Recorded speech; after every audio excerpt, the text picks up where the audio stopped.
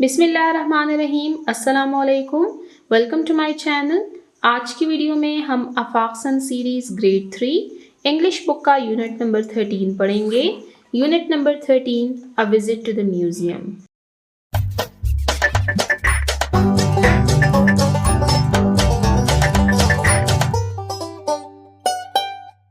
इस यूनिट पर हम ऑलरेडी 2 वीडियोस बना चुके हैं। फर्स्ट यूनिट में हमने इस लेसन की रीडिंग की थी और सेकंड वीडियो में हमने इस लेसन के एक्सरसाइज में ओरल कम्युनिकेशन और रीडिंग एंड क्रिटिकल थिंकिंग के टॉपिक्स को कवर किया था। आज की वीडियो हम स्टार्ट करेंगे एस्पेक्ट्स ऑफ लैंग्वेज के पोर्शन से। एस्पेक्ट्स ऑफ लैंग्वेज, ज़ुबान के मुख्तलिफ पहलू। वोकैबुलरी बिल्डिंग, अल्फाज की ज़ख़ीरा अंदोज़ी। वोकैबुलरी बिल्डिंग के पोर्शन में फर्स्ट क्वेश्चन है हमारे पास, रीड द गिवन वर्ड्स के दिए हुए अल्फाज को पढ़िए विद देयर मीनिंग्स, इनके मानी के साथ। नीचे आप देख सकते हैं आपको कुछ वर्ड्स दिए गए हैं विद देयर मीनिंग्स, इनको रीड करना स्टार्ट करते हैं। फर्स्ट वर्ड है ancient, meaning something old and belonging to the past. Ancient कदीम, समथिंग ओल्ड कोई चीज़ जो कि पुरानी है, and belonging to the past और जिसका ताल्लुक है माजी से। Second, magnificent, meaning extremely attractive and impressive. अजीमुशान, एक्सट्रीमली अट्रैक्टिव, इंतहाई दिलकश, एंड इम्प्रेसिव और मुतासिर कुन। Next, rare, meaning not seen very often. Rare नायाब, नॉट सीन वेरी ऑफन जिसको बहुत कम देखा जाता है। Next, unique, meaning unusual and one of its kind. Unique यानी मुनफरिद, अनयूजुअल गैर मामूली, and one of its kind जो अपनी तरस का सिर्फ एक हो।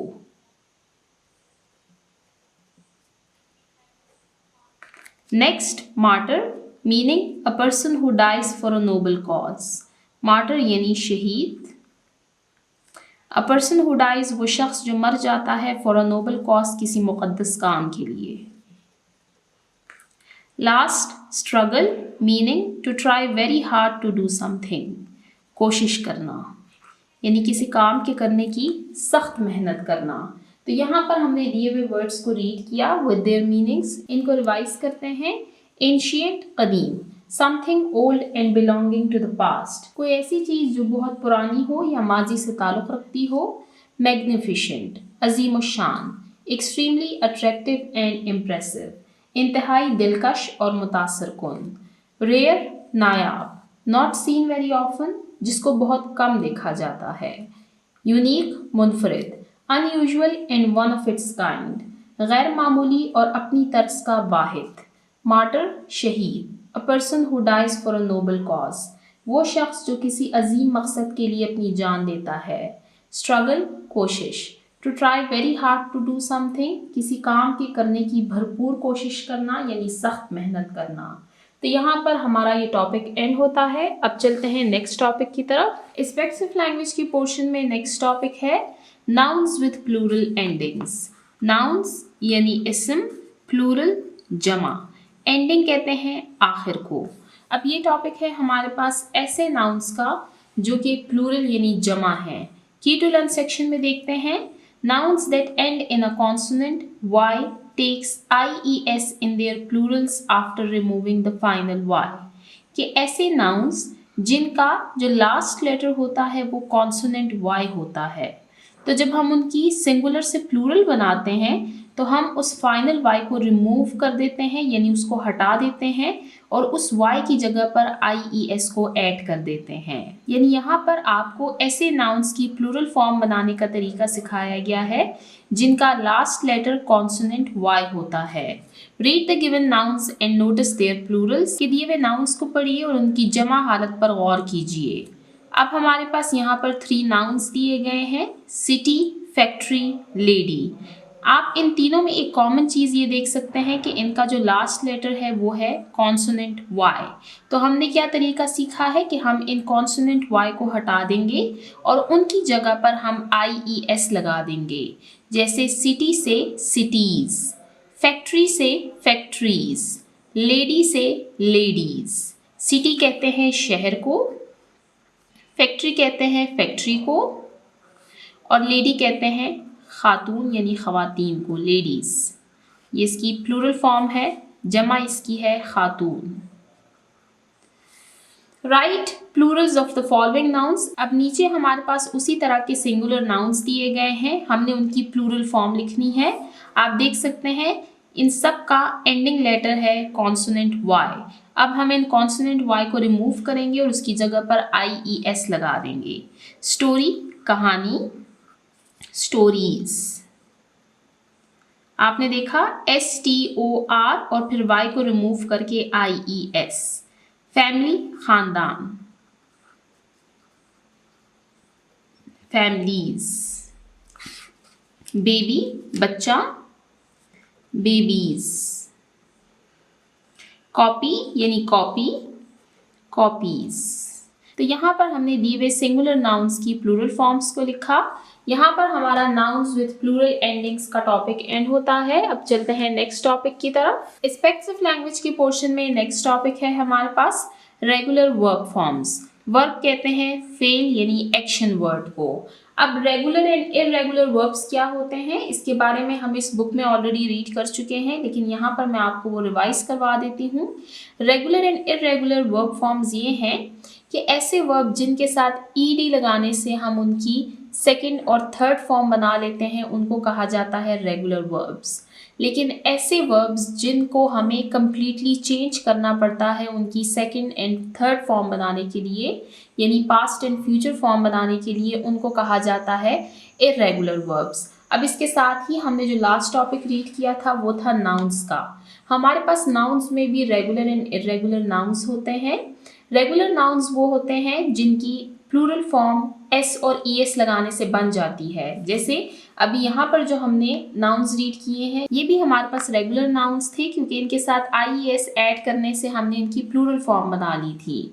ऐसे नाउन्स जिनकी प्लूरल फॉर्म बनाने के लिए हमें उस वर्ड को कम्प्लीटली चेंज करना पड़ता है उनको इररेगुलर नाउन्स कहा जाता है। जैसे टूथ, टीथ। अब मैं आपको वर्ब की एक एग्जाम्पल देती हूँ। गुड, तो इसकी सेकेंड फॉर्म है बेटर और इसकी थर्ड फॉर्म है बेस्ट। अब हम दिए हुए वर्ब्स को रीड करते हैं। की टू लर्न सेक्शन में देखते हैं regular verb that end in a consonant Y change to ED form after replacing Y with I and adding ED। अब यहाँ पर आपको जो दोनों टॉपिक्स दिए गए हैं नॉन और वर्ब का, उनमें बेसिकली Y पर बात की जा रही है कि अगर किसी भी वर्ड के एंड में Y लेटर आ जाए तो उसके साथ हम क्या करेंगे। तो यहाँ पर बताया गया है कि किसी रेगुलर वर्ब में अगर वो एंड हो रहा है कॉन्सोनेंट लेटर Y से तो हम उस Y को चेंज कर देंगे। उस Y की जगह पर हम I लगाएंगे और फिर उस I के बाद हम ED को ऐड करेंगे। जैसे मैरी, मैरी में हम Y को हटा देंगे और इसकी जगह पर हम I लिख देंगे और फिर हम उसके आगे ED लगा देंगे। Marry, married. Try, tried. Cry, cried. Next page पर चलते हैं, पेज नंबर 114। यहाँ पर रेगुलर वर्ब की एक्टिविटी दी गई है आपको। Write the ED forms of the following regular verbs. के दिए हुए रेगुलर वर्ब्स की ED फॉर्म लिखिए। अब ED फॉर्म इनकी क्या है कि हम इस वर्ड के साथ आगे ED को ऐड करेंगे। Call, called. Wait, waited. Play, played. Search, searched. तो यहाँ पर हमारा ये टॉपिक एंड होता है। इसके साथ ही हमारा वोकैबुलरी बिल्डिंग का पोर्शन एंड होता है। अब हम एस्पेक्ट्स ऑफ लैंग्वेज के पोर्शन में नेक्स्ट टॉपिक को स्टार्ट करेंगे जो कि है ग्रामर। ग्रामर के पोर्शन में फर्स्ट टॉपिक है हमारे पास नाउन प्रोनाउन एग्रीमेंट। नाउन कहते हैं इस्म को और प्रोनाउन कहते हैं ऐसे अल्फाज को जिनका इस्तेमाल हम नाउन की जगह पर करते हैं, यानी ही, शी, इट, दे वगैरह। की टू लर्न सेक्शन में देखते हैं कि नाउन प्रोनाउन एग्रीमेंट क्या है। Pronouns must agree with their nouns in gender and number. कि प्रोनाउंस के लिए ज़रूरी है कि वो अपने नाउन के जेंडर यानी जेंट्स और नंबर यानी उनकी तादाद के मुताबिक हो। जैसे यहाँ पर मैंने आपको लिख के दिए हैं ही, शी, इट, दे। अब ही का इस्तेमाल हम कहाँ पर करेंगे? जहाँ पर किसी एक मर्द की बात की जा रही हो। शी का इस्तेमाल हम कहाँ पर करेंगे? वहाँ पर जहाँ पर किसी एक खातून की बात की जा रही हो यानी फीमेल की बात की जा रही हो। अब जहाँ पर ये दोनों इकट्ठे आ जाएंगे तो फिर हम दे का इस्तेमाल करेंगे। तो हमने ये देखना है कि नाउन और प्रोनाउन आपस में एक दूसरे के अकॉर्डिंग हो। If a noun represents female gender, अगर एक नाउन फीमेल जेंडर को रिप्रेजेंट कर रही है, for example Ayesha, the pronoun must represent the same, तो फिर प्रोनाउन भी हमने उसी के अकॉर्डिंग लगाना है यानी फिर हम शी लगाएंगे। If a noun is singular, और अगर नाउन सिंगुलर यानी वाहिद है, the pronoun must represent a single person, तो फिर प्रोनाउन भी हमने उसी के अकॉर्डिंग सिंगुलर लगाना है। प्लेस और थिंग, चाहे फिर वो शख्स हो, जगह या चीज़ का जिक्र किया गया हो। तो की टू लर्न सेक्शन में हमने क्या सीखा कि नाउन और प्रोनाउन का एक दूसरे के अकॉर्डिंग होना बहुत ज़रूरी है, तभी हमारे सेंटेंसेस करेक्ट होंगे। यहाँ पर दिए हुए एग्जाम्पल्स को रीड करते हैं तो आपको ये कॉन्सेप्ट क्लियर हो जाएगा। Read the given sentences and notice noun pronoun agreement, कि दिए हुए सेंटेंसेस को रीड कीजिए और नाउन प्रोनाउन एग्रीमेंट पर गौर कीजिए। Asim is a boy, he has 2 pets, कि आसिम एक लड़का है और उसके पास 2 पालतू जानवर हैं। अब आप देख सकते हैं ये है हमारे पास noun, name of a person है, और यहाँ पर अब इस नाउन को हमने रिप्लेस किया है और उसकी जगह पर हमने प्रोनाउन ऐड कर दिया है। तो ये जो प्रोनाउन है ये इसी के अकॉर्डिंग है, यानी ये सिंगुलर है और ये मेल है, तो इसके लिए हमने ही का इस्तेमाल किया है। Iqra is a girl, she loves to play with cats, Iqra एक लड़की है और उसको बिल्लियों के साथ खेलना बहुत पसंद है। इकरा नाउन है, सिंगुलर नाउन है, और शी हमारे पास सिंगुलर प्रोनाउन है जो कि फीमेल के लिए इस्तेमाल किया जाता है। Asim and Ali are friends, Asim और अली दोस्त हैं। अब ये प्लूरल नाउन है यानी ये जमा है। दे हैव 2 पैरट्स, इनके पास 2 तोते हैं। अब ये प्लूरल नाउन है, दे जो है, चूंकि यहाँ पर अब हम ही नहीं लगा सकते क्योंकि यहाँ पर 2 का जिक्र किया गया है, तो इसकी जगह पर हम दे लगाएंगे। तो हमने दिए हुए एग्जाम्पल्स में रीड किया कि नाउन और प्रोनाउन का एक दूसरे के अकॉर्डिंग होना बहुत ज़रूरी है, तभी हमारे सेंटेंसेस करेक्ट होंगे। नीचे हमारे पास इसी के अकॉर्डिंग एक एक्टिविटी दी गई है, उस एक्टिविटी को रीड करना स्टार्ट करते हैं। Question number 2, rewrite the given sentences, के इन जुमलों को दोबारा लिखिए using the correct noun pronoun agreement in your notebook, इनमें सही नाउन प्रोनाउन एग्रीमेंट इस्तेमाल करने के बाद। ये मैं आपको बुक पर ही सॉल्व करवाऊंगी। सिबगा इज माई फ्रेंड, अब सिबगा जो है ये हमारे पास फीमेल है और ये सिंगुलर है। सिबगा इज वेरी इंटेलिजेंट, तो इसकी जगह पर हम सिंगुलर फीमेल का प्रोनाउन यूज करेंगे जो कि है हमारे पास she. Sibgha is my friend, she is very intelligent. Usman is my cousin, Usman like swimming, कि उस्मान मेरा कज़न है और उसको स्विमिंग पसंद है। उस्मान हमारे पास सिंगुलर नाउन है और ये मेल है, तो इसकी जगह पर हम ऐसा प्रोनाउन यूज करेंगे जो कि सिंगुलर मेल के लिए यूज किया जाता है, तो हम लिखेंगे ही। आमना एंड उमर आर सिबलिंग्स, कि आमना और उमर बहन भाई हैं। आमना एंड उमर प्ले टुगेदर, आमना और उमर इकट्ठे खेलते हैं। अब ये हमारे पास एक मेल है एक फीमेल है, यानी ये प्लूरल हो गए हैं हमारे पास, तो इनके लिए हम क्या लगाएंगे? इनके लिए हम यूज करेंगे दे का इस्तेमाल करते वक्त फिर हम जेंडर को नहीं देखते, ये मेल फीमेल दोनों के लिए इस्तेमाल किया जा सकता है। जैसे यहाँ पर आमना एंड उमर एक फीमेल है एक मेल है, आसिम एंड अली यहाँ पर दोनों मेल थे, यहाँ पर भी हमने दे का इस्तेमाल किया है और यहाँ पर भी हमने दे का इस्तेमाल किया है।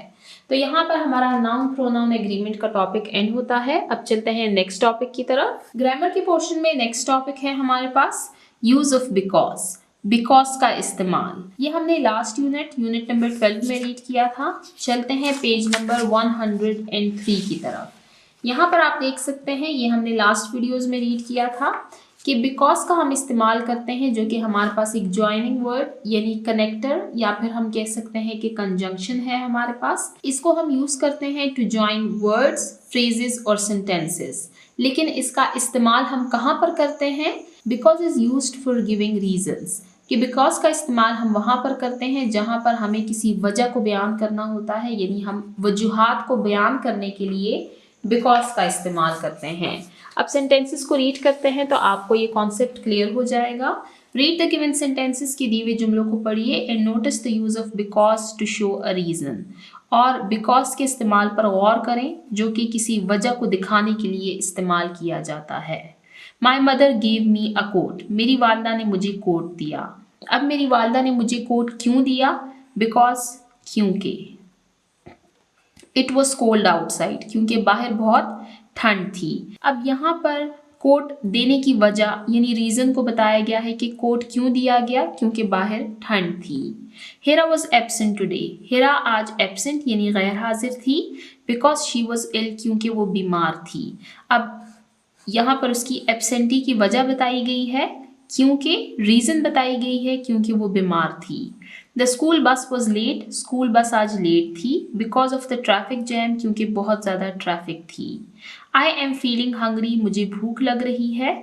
अब मुझे भूख क्यों लग रही है? बिकॉज, क्योंकि I did not have my lunch, क्योंकि मैंने दोपहर का खाना नहीं खाया था, इसलिए मुझे भूख लग रही है। तो यहाँ पर हमने बिकॉज के यूज़ के बारे में पढ़ा।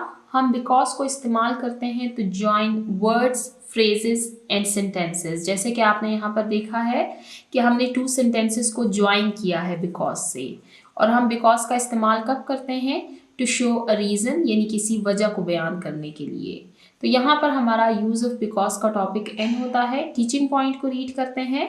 Right some nouns on the board and ask students to use them in their sentences keeping in mind noun pronoun agreement. कि बच्चों को कुछ नाउन्स लिख कर दें बोर्ड पर और फिर उनसे कहें कि उनके साथ नाउन प्रोनाउन एग्रीमेंट के अकॉर्डिंग करेक्ट प्रोनाउन का इस्तेमाल करें।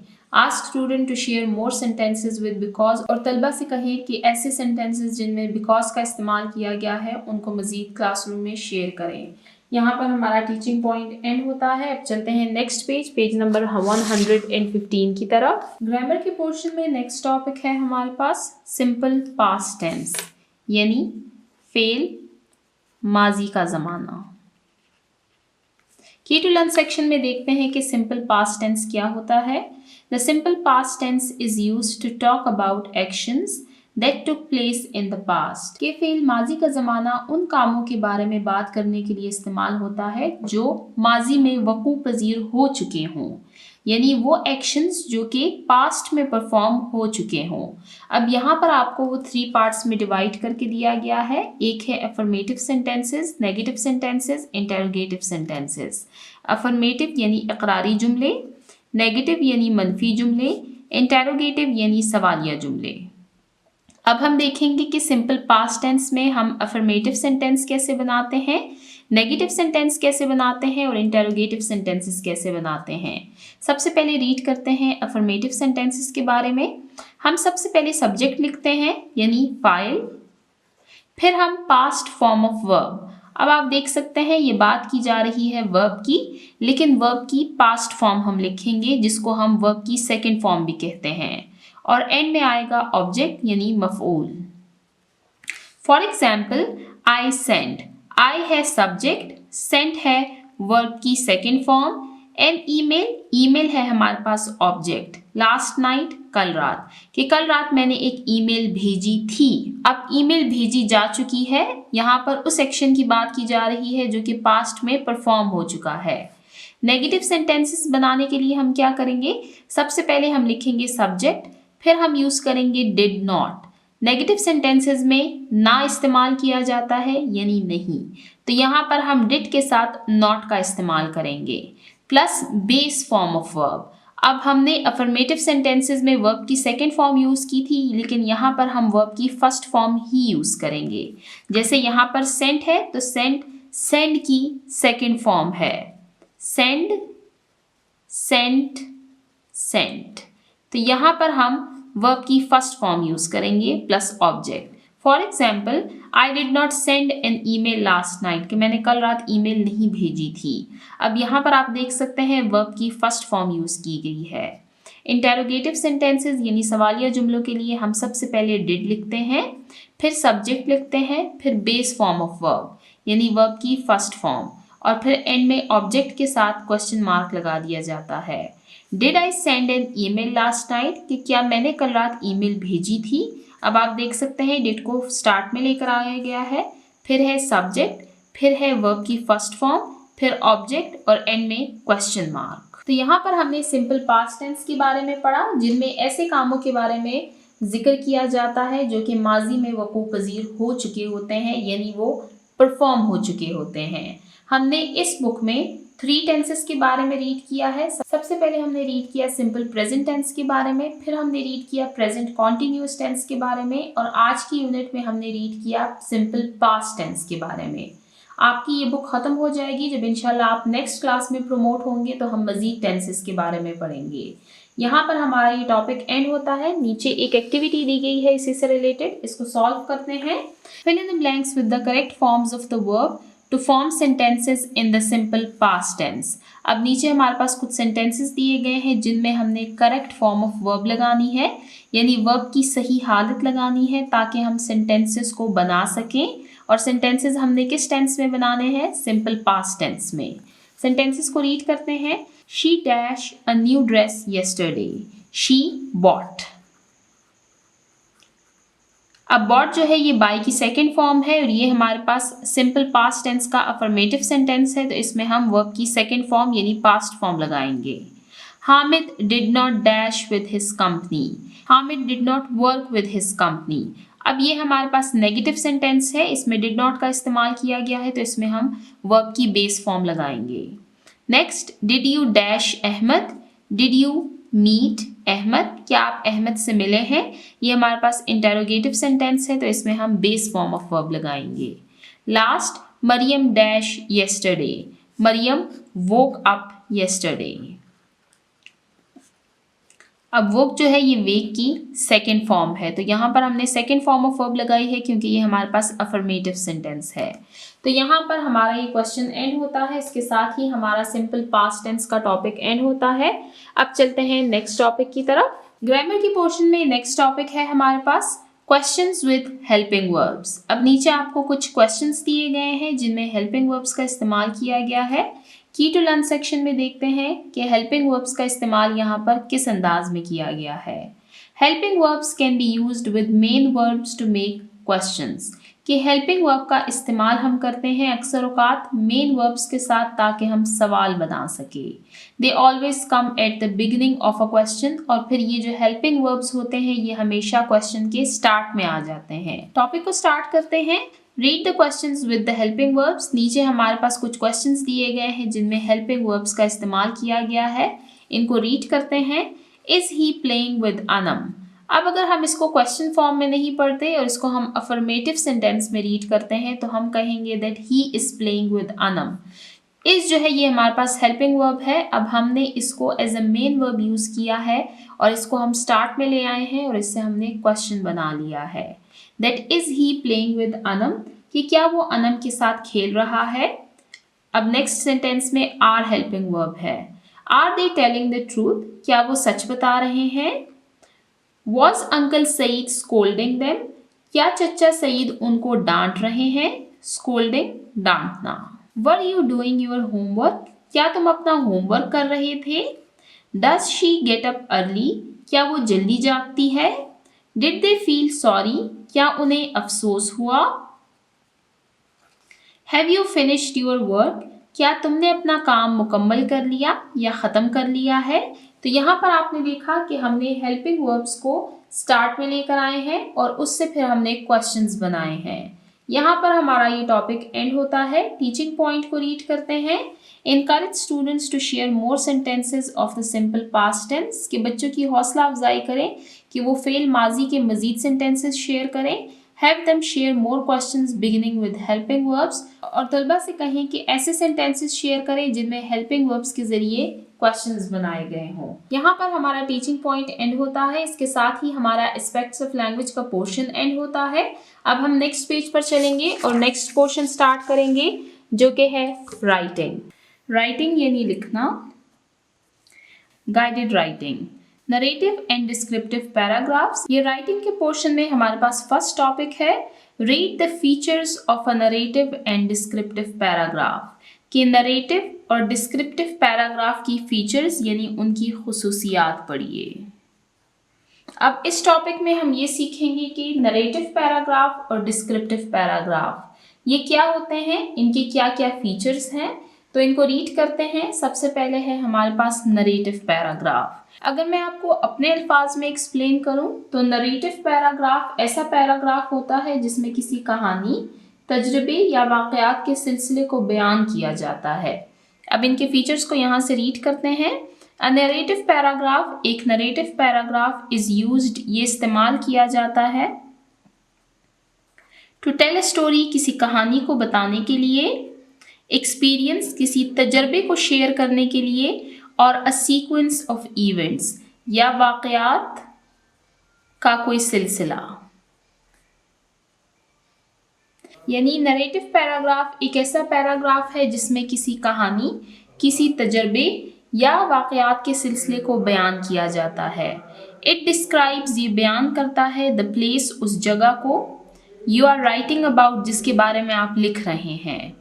इट टेल्स, ये बताता है, व्हेन एंड वेयर, कब और कहाँ, द इवेंट अकर्ड, कि वो वाक़या कहाँ पर पेश आया, अकर्ड, पेश आना। यू कैन एक्सप्रेस, आप इसमें इजहार कर सकते हैं, योर फीलिंग्स, अपने एहसास का, एंड इमोशंस, और अपने जज्बात का। Correct pronunciation and grammar is used, और नरेटिव पैराग्राफ में सही रमूज़ो औक़ाफ़ और ग्रामर का इस्तेमाल किया जाता है। इट हैज़ एन एंडिंग, इसका इख्तिताम होता है। फॉर एग्जाम्पल, जो लास्ट लेसन हमने रीड किया है, a visit to the museum, ये हमारे पास एग्जाम्पल है नरेटिव पैराग्राफ का। नरेटिव पैराग्राफ के बारे में हमने क्या रीड किया कि नरेटिव पैराग्राफ क्या होता है। ये सीक्वेंस ऑफ इवेंट्स, यानी वाक़यात की सिलसिलावार तरतीब को बयान करता है।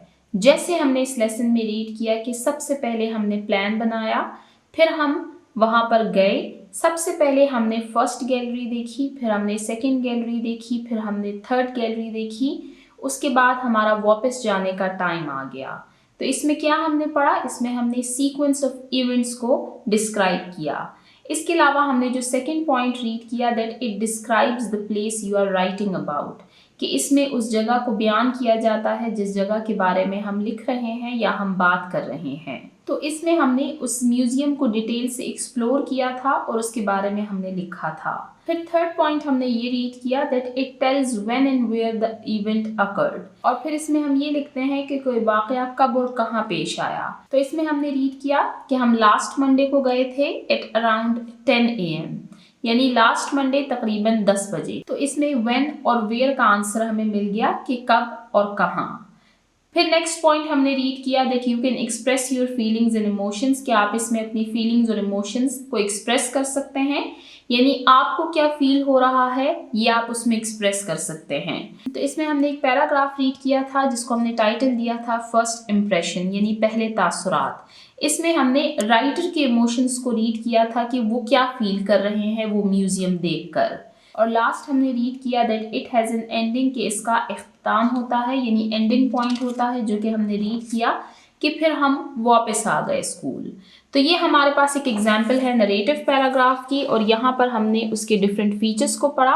अब हम पढ़ेंगे डिस्क्रिप्टिव पैराग्राफ के बारे में। डिस्क्रिप्टिव पैराग्राफ को हम कह सकते हैं कि ये तारीफी पैराग्राफ होता है, यानी इसमें हम किसी की तारीफ करते हैं, किसी को बयान करते हैं।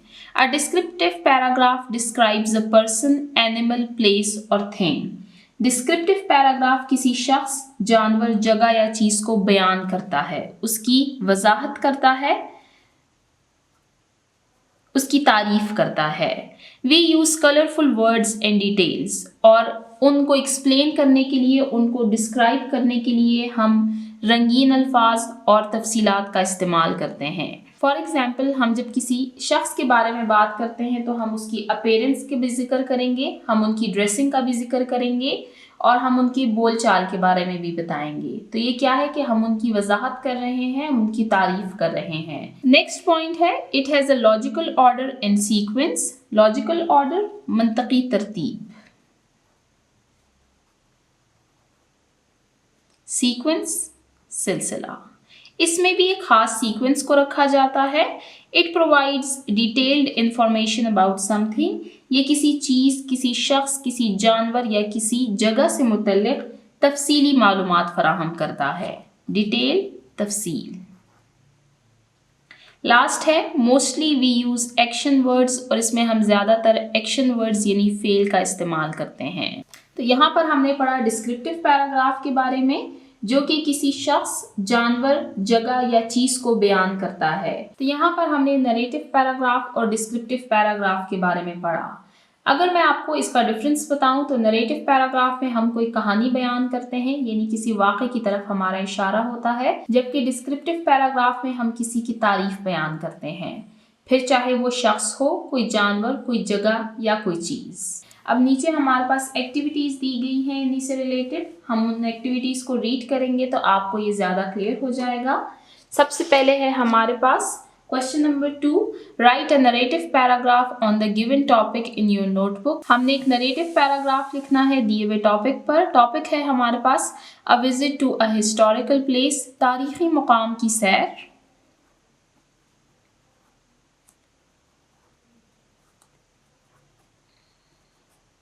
या दौरा। नरेटिव पैराग्राफ को रीड करना स्टार्ट करते हैं। Unit number 13, a visit to the museum, narrative paragraph. Topic है हमारे पास a visit to a historical place, तारीखी मुकाम की सैर।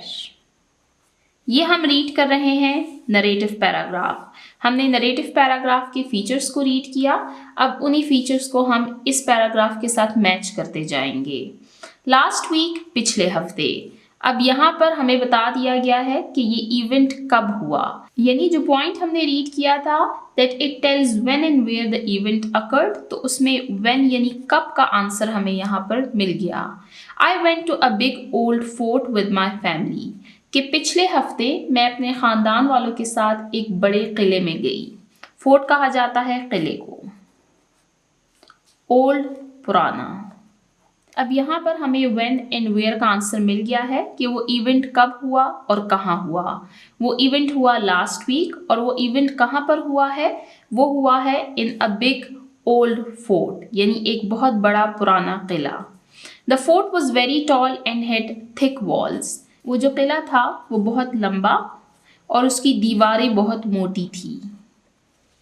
वी वॉकड अराउंड, हम इधर उधर फिरे, and saw many old rooms, और हमने कई पुराने कमरे देखे, एंड टावर्स और मीनार। I loved hearing the stories, मुझे वो कहानियाँ सुनना बहुत पसंद है, या मुझे वो कहानियाँ सुनना पसंद आया। अबाउट किंग्स, बादशाहों के बारे में, एंड सोल्जर्स, और सिपाहियों के बारे में, who lived there long ago, जो कि बहुत पहले इस किले में रहा करते थे। It was a fun day, ये एक मज़े का दिन था। And I felt, और मुझे ऐसा महसूस हुआ, like I was back in history, जैसे मैं तारीख में वापस चली गई हूँ।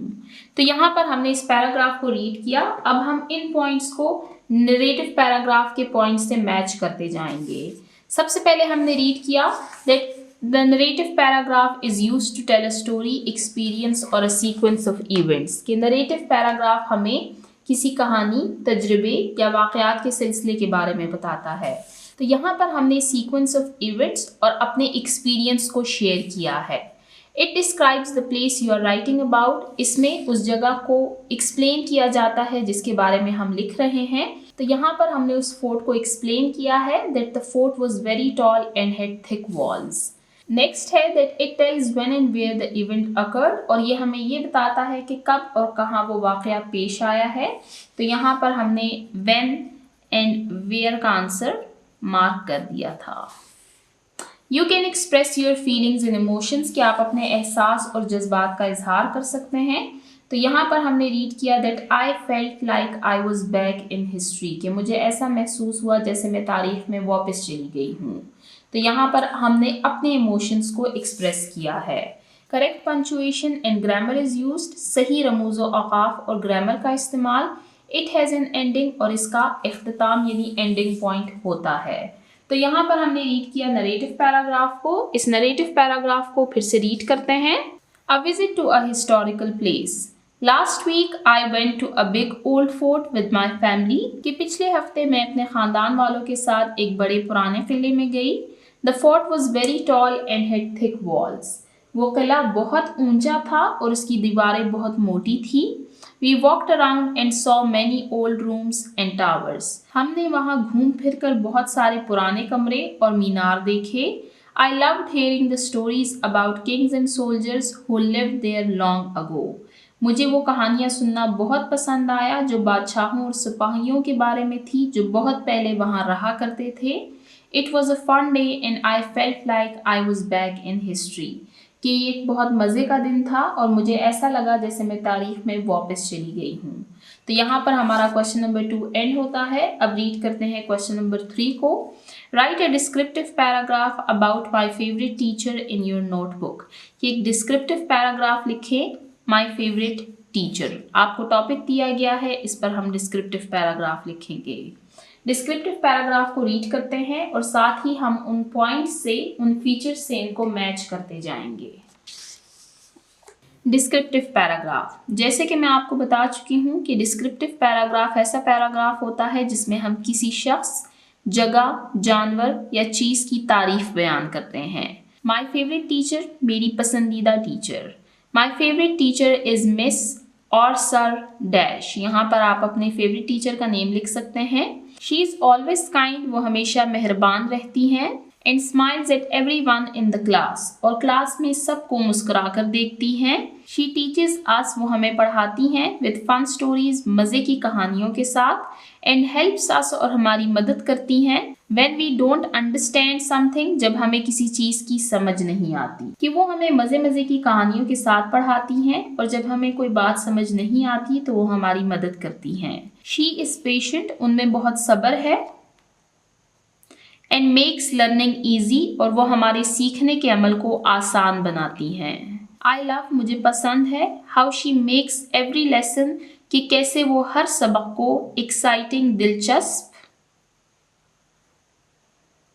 एंड ऑलवेज इनकरेजेस, और हमेशा हौसला अफजाई करती हैं। टू डू अवर बेस्ट, कि हम अपनी बेहतरीन कारकर्दगी दिखाएं। कि मुझे पसंद है कि वो हर सबक को दिलचस्प बनाती हैं और हमेशा हमारी बेहतरीन कारकर्दगी दिखाने की हौसला अफजाई करती हैं। इस डिस्क्रिप्टिव पैराग्राफ में माय फेवरेट टीचर को हमने डिटेल से डिस्क्राइब किया है कि वो कौन है, वो कैसे बिहेव करती हैं और वो अपने प्रोफेशन में कैसी हैं। इसमें हमने ज़्यादातर एक्शन वर्ड्स का इस्तेमाल किया है, जैसे teachers, helps, makes, encourages, etc. तो इस डिस्क्रिप्टिव पैराग्राफ को दोबारा से रीड करते हैं। My favourite teacher is miss sir dash. यहाँ पर आपने उनका नेम लिखना है। अब पूरे पैराग्राफ में मैंने शी यानी फीमेल की बात की है, तो अगर आप किसी सर के बारे में लिख रहे हैं तो आप फिर इनको ही कर दें। She is always kind and smiles eight everyone in the class. She teaches us with fun stories and helps us when we don't understand something. She is patient and makes learning easy. I love how she makes every lesson exciting and always encourages us to do our best. तो यहाँ पर हमारा descriptive paragraph and होता है। इसके साथ ही हमारा guided writing का पोर्शन एंड होता है। अब हम चलते हैं नेक्स्ट पोर्शन की तरफ, जो कि है क्रिएटिव राइटिंग। क्रिएटिव राइटिंग के पोर्शन में टॉपिक है हमारे पास write a narrative paragraph about what you learned and enjoyed during your visit to a museum. कि एक नरेटिव पैराग्राफ लिखना है किसके बारे में, that what you have learned, कि आपने क्या सीखा, एंड एंजॉयड, और आप किन बातों से लुत्फ अंदोज हुए, during your visit to a museum, जब आप म्यूजियम घूमने के लिए गए थे। तो हमने एक नरेटिव पैराग्राफ लिखना है। नरेटिव पैराग्राफ के बारे में हम ऑलरेडी रीड कर चुके हैं और टॉपिक को रीड करते हुए हम इसको दोबारा से रिवाइज करेंगे। नरेटिव पैराग्राफ लिखना है कि जब हम म्यूजियम घूमने के लिए गए तो हमने वहाँ पर क्या कुछ सीखा और हमने क्या इंजॉय किया, यानी ऐसी कौन सी बातें थी जो कि हमें पसंद आई। तो पैराग्राफ को रीड करना स्टार्ट करते हैं। Unit number 13, a visit to the museum, creative writing. Write a narrative paragraph about what you learned and enjoyed during your visit to a museum. कि जब आप म्यूज़ियम घूमने के लिए गए थे तो आपने क्या कुछ सीखा और आप कौन कौन सी बातों से लुत्फ़ अंदोज़ हुए। इसके बारे में हमने एक नरेटिव पैराग्राफ लिखना है। I visited a museum with my class last week, कि पिछले हफ्ते मैं अपने क्लास वालों के साथ म्यूज़ियम घूमने के लिए गई। आई सॉ मैनी ओल्ड थिंग्स, मैंने कई सारी पुरानी चीज़ें देखी।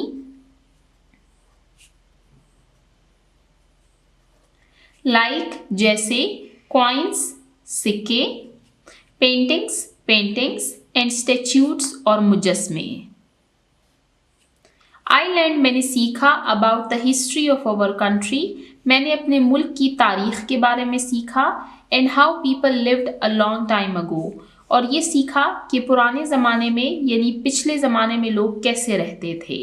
My favourite part was seeing the beautiful paintings, मेरा पसंदीदा हिस्सा खूबसूरत पेंटिंग्स देखना था। एंड ओल्ड कॉइन्स और पुराने सिक्के देखना। आई इंजॉयड, मैं लुत्फ़अंदोज़ हुई, वॉकिंग अराउंड इर्द गिर्द घूमने से, विद माई फ्रेंड्स अपने दोस्तों के साथ। एंड लर्निंग और सीखना, न्यू नई थिंग्स चीज़ें। इट वॉज अ फन, ये एक मज़े का दिन था। एन एक्साइटिंग ट्रिप, और एक दिलचस्प सफ़र। दोबारा से इसको रीड करते हैं। I visited a museum with my class last week, कि पिछले हफ्ते मैं अपने क्लास वालों के साथ म्यूजियम देखने के लिए गई। नरेटिव पैराग्राफ के फीचर्स को रीड करते हुए हमने रीड किया था कि इसमें टाइम और प्लेस मेंशन की जाती है, यानी इवेंट का टाइम और इवेंट की जगह, कि वो वाक़या कहाँ पेश आया और कब पेश आया, उन दोनों चीज़ों को इसमें मेंशन किया जाता है। तो यहाँ पर हमने प्लेस यानी ये पढ़ा कि हम म्यूज़ियम गए थे, और टाइम के लास्ट वीक यानी पिछले हफ्ते गए थे। I saw many old things like coins, paintings and statutes, कि मैंने वहाँ पर बहुत सारी पुरानी चीज़ें देखी जैसे कि सिक्के, पेंटिंग्स और मुजस्मे। अब यहाँ पर उस जगह यानी म्यूज़ियम को डिस्क्राइब किया जा रहा है। I learned about the history of our country and how people lived a long time ago. मैंने सीखा अपने मुल्क की तारीख के बारे में और ये कि पुराने ज़माने में लोग कैसे रहा करते थे। My favorite part was seeing the beautiful paintings and old coins. और मेरा पसंदीदा हिस्सा खूबसूरत तस्वीर और पुराने सिक्के देखना था। I enjoyed walking around with my friends and learning new things. मैंने अपने दोस्तों के साथ घूम फिर कर नई चीज़ें देखी। It was a fun and exciting trip. ये एक मज़े का और दिलचस्प सफ़र था। तो यहाँ पर हमने नरेटिव पैराग्राफ पढ़ा about what I have learned and enjoyed during my visit to a museum, कि जब मैं म्यूजियम गई थी तो वहाँ पर मैंने क्या कुछ सीखा और मैं किन बातों से लुत्फ़अंदोज़ हुई। यहाँ पर हमारा क्रिएटिव राइटिंग का पोर्शन एंड होता है। इसके साथ ही हम आज की वीडियो को एंड करते हैं, जिसमें हमने यूनिट नंबर 13 की एक्सरसाइज को कंप्लीट किया। इंशाल्लाह नेक्स्ट वीडियो में हम रिव्यू 3 को स्टार्ट करेंगे, जो कि हमारी इस बुक का लास्ट टॉपिक और हमारी इस बुक पर लास्ट वीडियो होगी। जिन बच्चों ने अभी तक मेरे चैनल को सब्सक्राइब नहीं किया, काइंडली मेरे चैनल को सब्सक्राइब करें ताकि हर आने वाली वीडियो आपको टाइमली मिल सके। Thank you.